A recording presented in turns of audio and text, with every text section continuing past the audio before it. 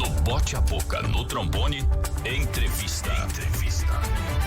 Hoje eu tenho o prazer de conversar com o Dr. Henrique Alves, advogado, especialista na área médica, técnico em enfermagem, que por muitos anos trabalhou no serviço público e trabalha ainda no Sistema Único de Saúde e tem observado algumas situações relacionadas à valorização de profissional, a valorização no que diz respeito salarial, a valorização no oferecimento de equipamentos, principalmente de quem realiza atendimentos emergenciais como o SAMU. Numa análise que se faz, a situação realmente é limitante. Bom dia, doutor Henrique. Bom dia, Caleb, bom dia a todos os nossos ouvintes e realmente, né, Caleb, desde 2005 nós estamos aí nessa luta, principalmente para quem atua no atendimento pré-hospitalar móvel, para os ouvintes, para quem trabalha em ambulância, né, nessa situação fora do hospital, mas a emergência também em si vem sofrendo muito isso, né, Caleb? Principalmente o SAMU, e eu faço esse apanhado a um nível nacional, não é só o nosso estado, não. Apesar do nosso estado estar com problemáticas seríssimas, nós temos as movimentações do Sim de Saúde em Criciúma, em Chapecó, em Florianópolis, inclusive com alertas para paralisações no dia de hoje. As pessoas já estão se reunindo para buscar do ente público direitos tão básicos como férias, 13º, depósito de FGTS, numa situação tão caótica quanto a pandemia, um serviço tão importante quanto é o SAMU, e muitas das vezes nós temos observado ambulâncias sucateadas, pneu careca, bases extremamente inadequadas, os profissionais lutando, como eu disse, por direitos básicos, que não era jamais para estar lutando por isso, porque isso é o mínimo que o empregador tem que fazer em prol do trabalhador, principalmente trabalhando no atendimento pré-hospitalar móvel, e isso te causa, assim, Caleb, uma certa revolta. Eu falo por mim que estou já desde 2005 trabalhando no atendimento pré-hospitalar móvel e com a emergência, cada vez mais eu vejo que o atendimento emergencial visualizado pelos entes públicos é deixado de lado. A emergência não é visto com carinho, não é visto com a atenção necessária, e é o que eu sempre falo para qualquer pessoa que conversa comigo: se não houver um atendimento adequado, Caleb, não houver um profissional capacitado, não houver materiais de qualidade, não houver uma atenção neste atendimento, de nada adianta. Não adianta eu ter um atendimento ótimo de transporte de paciente para outras situações, se o meu paciente morre no atendimento pré-hospitalar móvel, se o meu paciente morre na emergência porque não está tendo o atendimento adequado, não está tendo uma situação de qualidade para ele. Então, muitas das vezes, os próprios gestores públicos esquecem a emergência de lado e dão uma visualização, enfoque em outros atendimentos, mas a emergência, que é o enfoque prioritário, é esquecido. E há também uma sobrecarga, né? Pela falta dessa infraestrutura e a dificuldade do atendimento em totalidade dos casos que são apresentados como emergenciais, doutor Henrique. Exatamente, uma sobrecarga gigante sobre os profissionais de emergência, e isso faz o quê? Eu estava até lendo recentemente, Caleb, sobre a terceira onda, né? Uma hipótese do paciente invisível, outras situações assim, em relação aos próprios profissionais da linha de frente, da emergência, não só do SAMU, mas da emergência também intra-hospitalar. Há uma sobrecarga gigantesca em relação ao atendimento, os profissionais acabam realizando dobras de trabalho, os IPIs não são IPIs adequados, os profissionais eles acabam se sobrecarregando não só na questão de trabalho, mas na questão psicológica também. As pessoas acabam não entendendo ou não vendo que esses profissionais muitas das vezes não voltam para casa, esses profissionais estão em hotéis, né, privando a sua família porque estão diretamente com contato com o coronavírus. E neste momento, Caleb, que é tão importante o atendimento do SAMU, é tão importante o atendimento das emergências, nós estarmos discutindo atraso de férias, nós estamos discutindo atraso de 13º, de FGTS, como está acontecendo em Santa Catarina com o SAMU do Estado. Isso, na verdade, é uma situação que causa uma certa tristeza que não tem relevância de falar aqui, sabe? Porque você estar numa situação tão complexa quanto o coronavírus, numa situação tão relevante neste momento, e você estar discutindo isso, que causa, sim, uma grande tristeza. Foi o que eu falei na minha mídia social ontem, né? Você acaba vendo o serviço agonizar, e não é de agora, Caleb, né? Nós estamos acompanhando isso há muitos anos, e as coisas vão sendo deixadas de lado, vai passando, mas tem que dar um enfoque na emergência, tem que dar um enfoque no atendimento pré-hospitalar móvel. Esse serviço é extremamente essencial, volto a falar. Se não houver este atendimento de qualidade, de nada adianta. O paciente não saindo bem deste serviço, não tendo qualidade nesse atendimento, o profissional não sendo valorizado da maneira que ele merece nesse atendimento, não adianta os demais atendimentos, porque é o primeiro atendimento, é o essencial.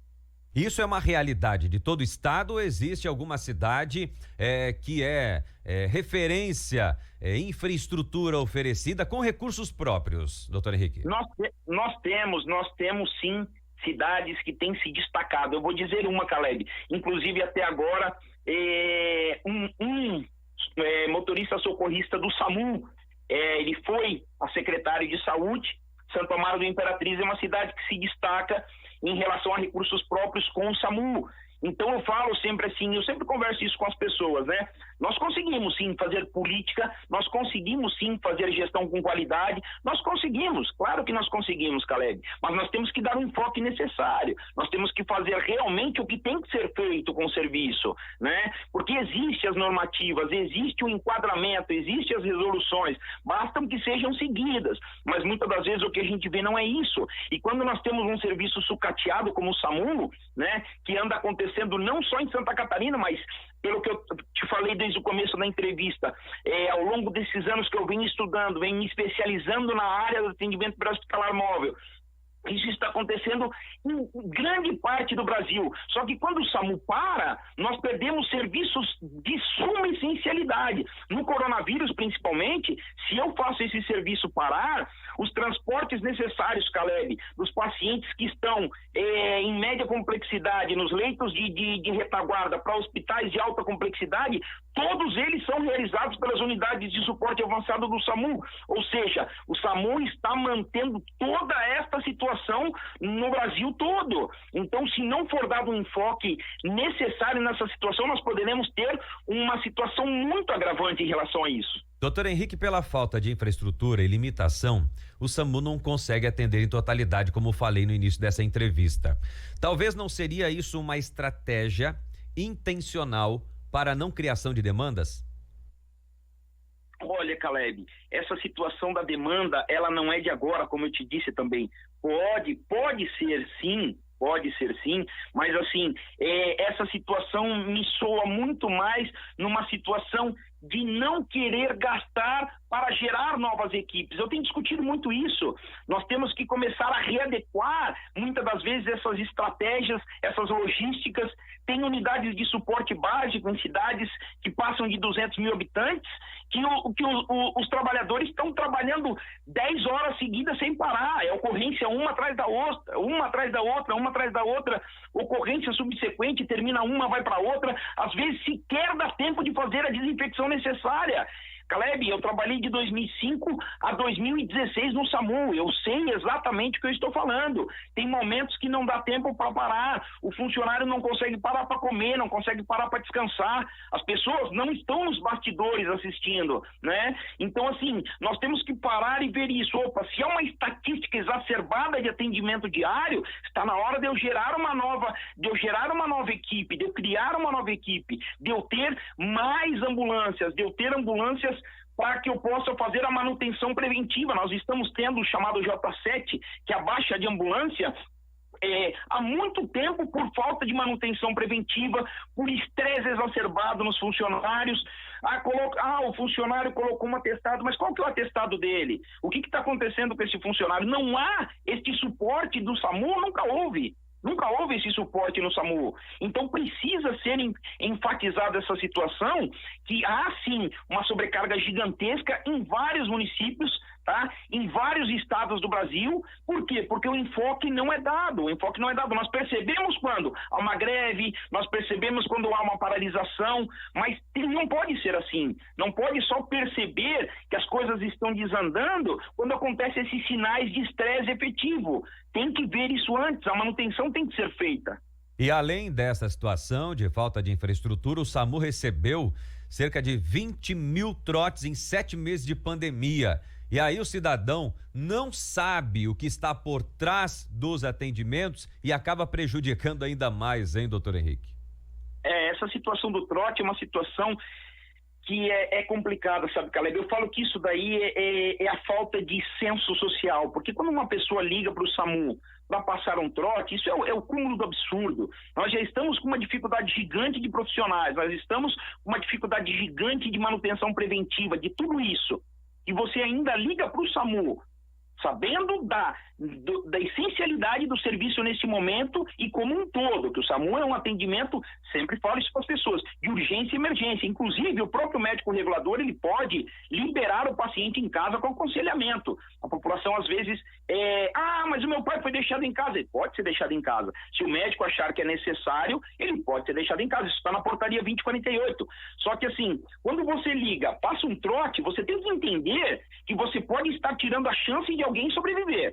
Porque nós podemos estar indo para uma parada cardíaca, né? Nós podemos estar indo para uma emergência, um infarto agudo do miocárdio, um acidente com múltiplas vítimas, e às vezes nós estamos indo para uma outra ocorrência gerada por um trote. Isso faz o nosso tempo-resposta demorar muito mais, né? Chegar no J10, como nós falamos, muito mais demorado, e a responsabilidade é daquele que realizou o trote. E nós tínhamos que sim, Caleb, né, fomentar projetos de lei para que haja sim uma severidade maior naquele que realiza o trote. Porque, querendo ou não, ele é responsável pelo atraso da ambulância em serviço tão essencial.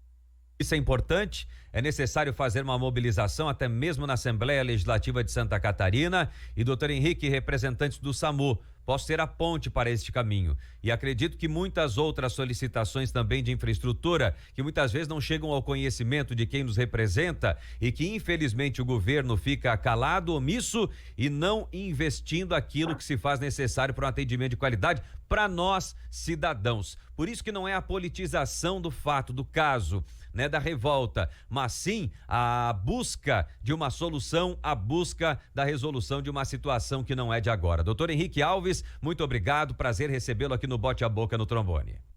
Obrigado, Caleb, estou sempre à disposição de vocês, e que a população em si entenda esse nosso apelo, né? Que o SAMU, sim, é um serviço extremamente essencial. As emergências, sim, são extremamente essenciais. E nós vamos fazer valer isso, seja na LESC, aonde for necessário, fazendo essa ponte, Caleb, buscando com os órgãos regulamentadores para realmente dar a visibilidade necessária a esses profissionais e a esses serviços. Um grande abraço, Caleb. Grande abraço, doutor Henrique, com conhecimento de causa, falando aqui ao Bote a Boca no Trombone, 7h.